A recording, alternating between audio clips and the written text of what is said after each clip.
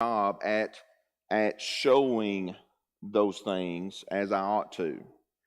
Okay, and I tried to do because it was like an eye-opening event, when I sat down to look over this, and you're going to see, you're going to see probably that Brian's a little bit more passionate about it than a lot of you, and that's fine, that's okay. but I am passionate about it because, again, I went from not understanding much at all concerning what the principles. Again, I knew the stories. That's not the problem. I wanted the principles that emphasized what I was taught in the New Testament. And I think it would be better to help not only our young people, but us also. It would help us to understand the why in a lot of it. Oh, well, this is why. This has some connection with, oh, okay, well, and I had a lot of those moments when I was doing this. Okay, so now, so we're going to go again. We're going over some general truths. So next week we're going to start, and I encourage you to go ahead and start reading the first 2 or 3 chapters of Genesis. One of the things that we're going to pinpoint a good bit of next week is the idea of where it says God says. So here's some homework. I'm going to give you some homework. Oh, I probably won't be teaching anymore after this one. So here's some homework. I want you to go back and I want you to start in Genesis 1 and go through Genesis 2, maybe even 3, but mainly Genesis 1 and 2. And I want you to count the many times the phrase, God said. There you go. Then next week, somebody can tell me how many times they come up with the phrase, God said. I'm not even going to go any further because I'll start on that. All right. Now, here's some fundamental truths concerning the book of Genesis as a whole. Number one, it provides us with the knowledge of God. Listen, let me tell you, I do not think that you can understand who God is without the Old Testament. Who speaks directly in the Old Testament more than the New? God. Now, I understand Jesus being God's son, but God, He spoke directly to man, right? We see His creative power. We see the things that He did directly with man in the book of Genesis. We see when He is fed up with what man has done. So I will say this. You have Adam and Noah, 2 of the main characters that are found in the first 12 books, right? First 11, I should say, yeah. Adam brought sin into the world. In Noah, God shows His judgment against sin. Now, you don't think that ties into today? Yes. It shows His judgment against sin. Does he like sin? Huh? No.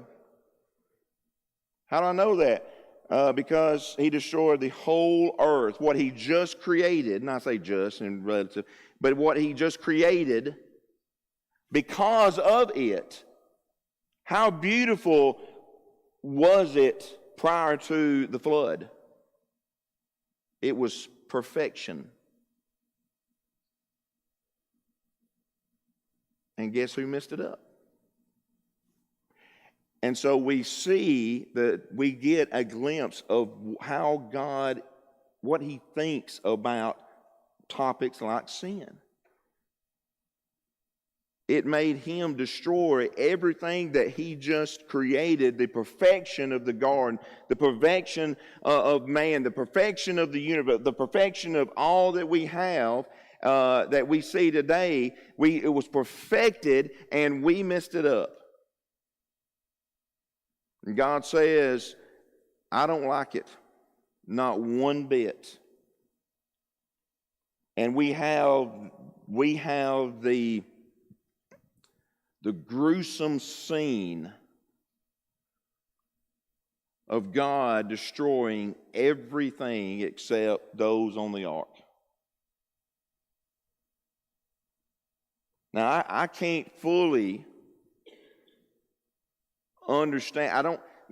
Again, I'm not saying the words are not in the New Testament, okay? I'm not saying that we can't go to the New Testament and find out, how God thinks about sin, but I get a vivid picture,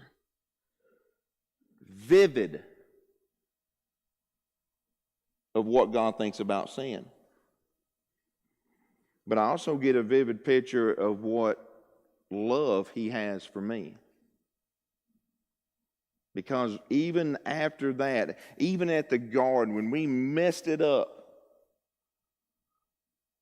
God gives us hope anyway. And that's seen in Genesis. In the first, think about it. Chapter 1 and 2, it went from the greatest thing in the world to the fact that we've sinned and we blew it and we were kicked out. But yet God still loved us so much that He started His plan, knowing from that day that it would take His only begotten Son to save them. One of the hardest things for me to grasp is the idea that Jesus on earth knew the whole time what was going to happen. He knew how many stripes was going to go across His back. He knew how many times He was going to be beaten. He knew how many times that He was going to be spit upon, insulted, and on and on and on and on we could go. God knew from Genesis that very thing. And listen, there's a lot of things that occurred from Genesis to the New Testament by itself, before His Son came. A lot of I don't know really the proper word, a lot of heartaches from people like David. How was David described? Man after God's own heart. And do you know what he did?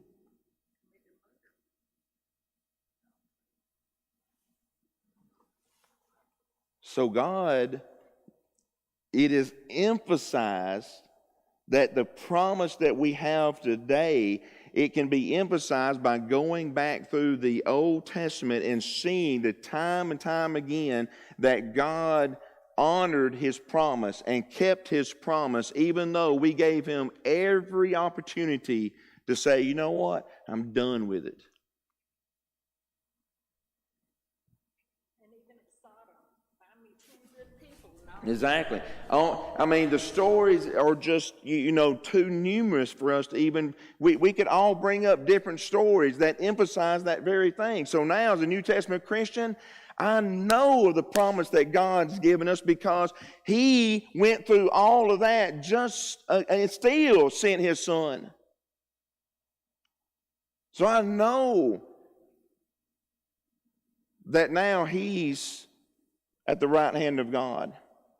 And I know that if I live that faithful life, that I can be with Him. Why? Because He put up with a lot of stuff beginning in Genesis 2. And if He didn't back out then, He ain't going to back out now. Is that right? So world, throw at me what you want.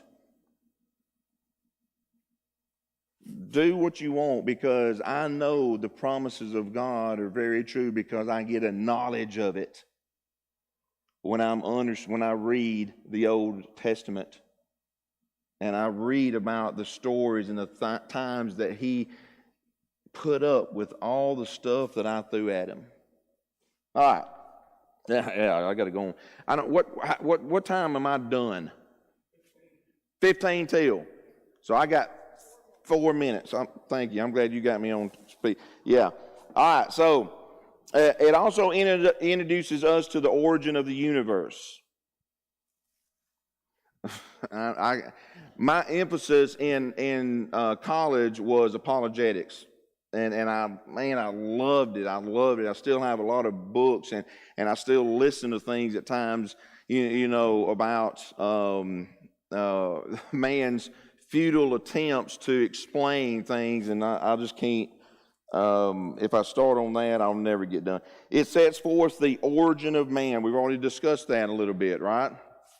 General truths found in the book of Genesis. It sets forth that home and marriage as the basis of society. Boy, do we need that now. But you find that in Genesis. It's what Paul and them were discussing later on in the New Testament. Again, we go back to Genesis to find the original aspect of marriage and the home and how it should be. All right, I got to go. It sets forth the value of work. Whew, that's needed. Every time we turn around, nobody's wanting to work, right? It helps us understand the entrance of evil in the world. Why is there evil in the world? It answers that. It helps us to understand that. Did God bring it in? Nope. It gives us the origin of the races. The races that we have now, we have at its beginning, we find in the book of Genesis, right? No, we have ethnic groups. I get you what you're saying, yeah. It gives us the origin of the languages. We find out that, right? Because at one time there was how many? Yeah. Yeah. And again, I could go on, but and again, as we've already talked about in a great length, it also gives us the origin of redemption. It introduces us to the subject. It introduces us to the need, to the promise, to the prophecy of redemption. And that's what we're going to be dealing with for the next few weeks as the aspect of Genesis as it relates to redemption. Now, we're not going to hit on every verse. We're not going to be able to hit on every story. But again, as we go through this great book, we're going to be touching on the tones of redemption. That's what it's all about. And so this is not an in-depth study. You can't leave from this study and say that, man, I went through an in-depth. No, this is just to get your appetite whet so that you can go home and study further. That's what it's intended to do, okay? And I hope that as we go through this study, it gives you just a little bit, just a little bit of some clarity, of some understanding. To me, it gave me a whole lot. So I hope, if nothing else, it just gives you just some of that, so that you will be better for it as a Christian, as a student, in your quest in serving God and loving Him. And I just think it deepens all of that.